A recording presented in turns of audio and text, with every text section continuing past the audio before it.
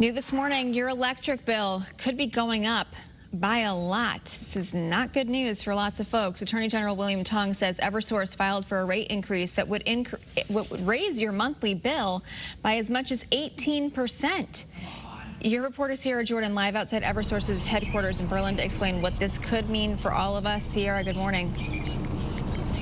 Good morning, Caitlin. We've been telling you about this possible rate increase for months, and the Attorney General says years of storm costs could mean that your bill could go up even higher than expected.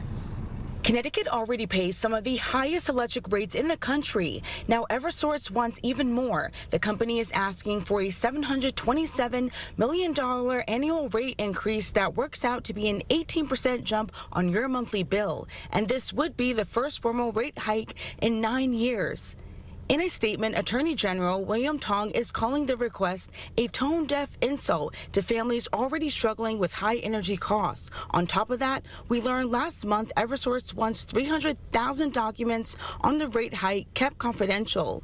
Part of what's wrapped into this increase are storm-related costs. State regulators have already signed off on a $933 million in storm costs, but they drew the line at more than $300 million in interest charges Eversource tried to pass along to customers. The Attorney General says without the storm costs from 2018 to 2025 tracked on, you would see an 11% increase.